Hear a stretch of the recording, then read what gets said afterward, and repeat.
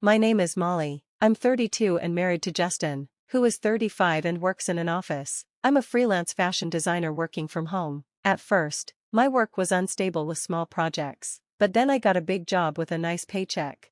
This gave Justin and me a chance to move into a fancy apartment. Since I wanted to live in a place like this, I agreed to pay the rent myself. Justin was happy, and I thought everything was going great. But things took an unexpected turn.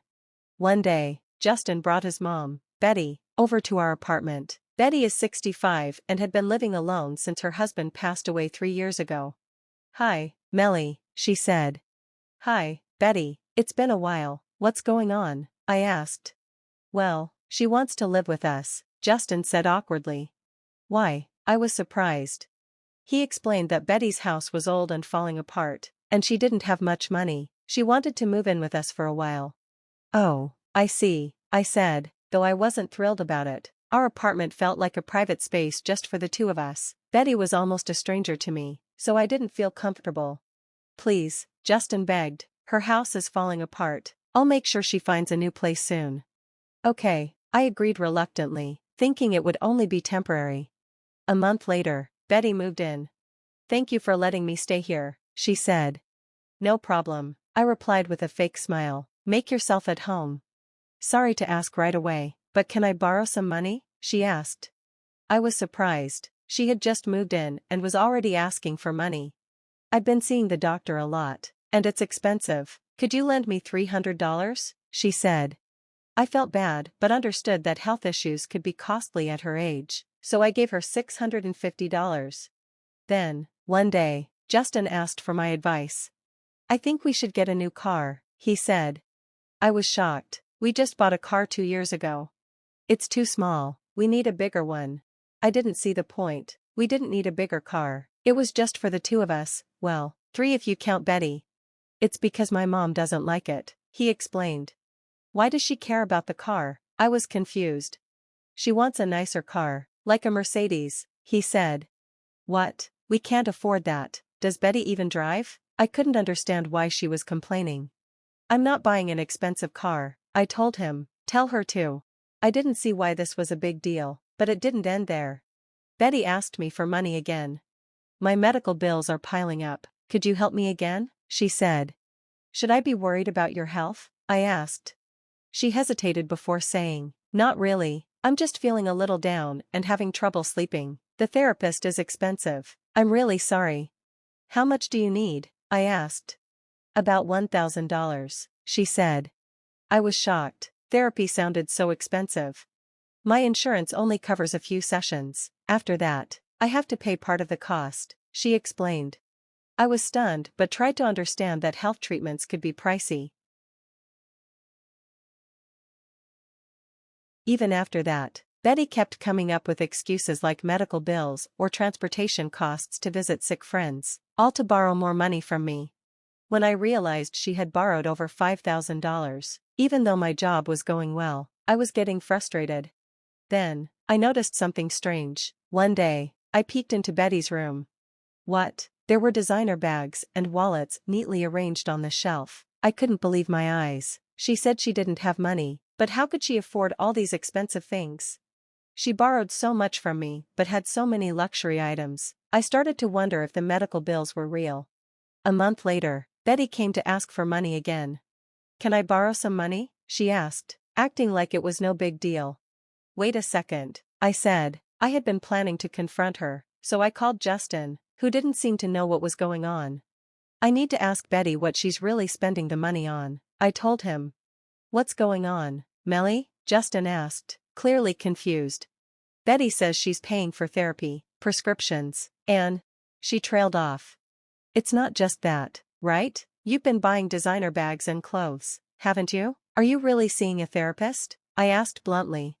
"Of course, I am," she replied quickly. "Well, show me the receipts, you must have them, right?" She didn't know how to answer, and I could tell she was caught in a lie. "What are you two talking about?" Justin asked, still confused.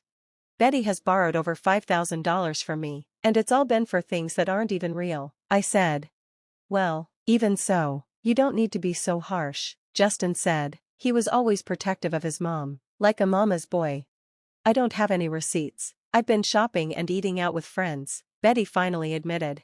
I thought to myself, it's crazy that she acts like she has no money, but is buying all this stuff. She wasn't depressed at all, it was all a lie. You need to pay me back right now. Betty looked at me with sad eyes. I can't pay that much back right away, she said. I've had enough, I replied, pointing to her room. You have all this designer stuff in your room. Sell it if you have to, but if not, you need to move out. Justin rushed to her defense. Hey, you're being unfair. She deserves a little luxury too. I wouldn't call borrowing money from me luxury. Over $5,000 is a scam, I snapped. You're being disrespectful, Justin said, upset. Don't act like you're in charge just because you're paying the rent. If you don't like it, you can leave too, I said, my anger boiling over.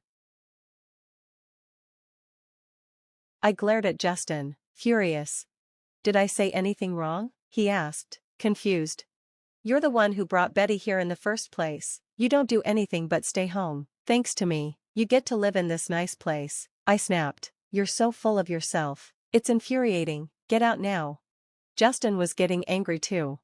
Fine, don't regret this, he said. He packed up only the essentials and left. I found a new place quickly. Since I worked remotely, I could live anywhere as long as it was comfortable. I didn't need to live in a high-rise. I had no intention of going back to that apartment. The rent was paid by me every month, and I figured Justin wouldn't be able to take over the lease. His paycheck was nowhere near enough to cover it, while my income was much higher. I met with a realtor I'd worked with before.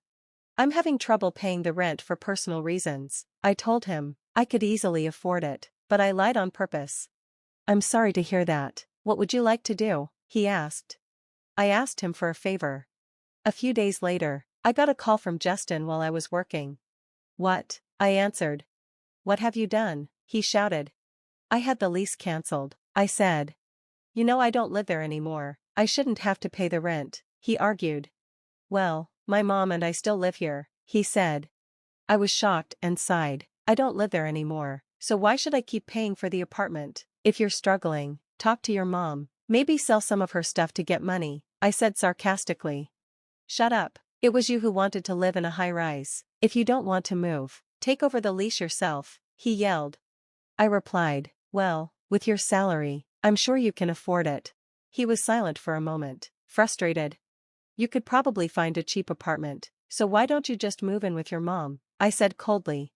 Are you crazy? My mom already spent the money from selling her house, and I have no savings. How do you think I can find a new place? He asked, sounding desperate. Not my problem, I said coldly. He had been relying on my income all this time, and yet still had no savings? I realized just how irresponsible both he and his mother were. You deserve this for being so foolish. Figure it out on your own from now on, I said. Are you trying to make us homeless? You're still my wife, he shouted. I told you, deal with it. I'm done with you. Goodbye. I hung up. A few minutes later, my phone rang again. It was Betty. Hello? I answered.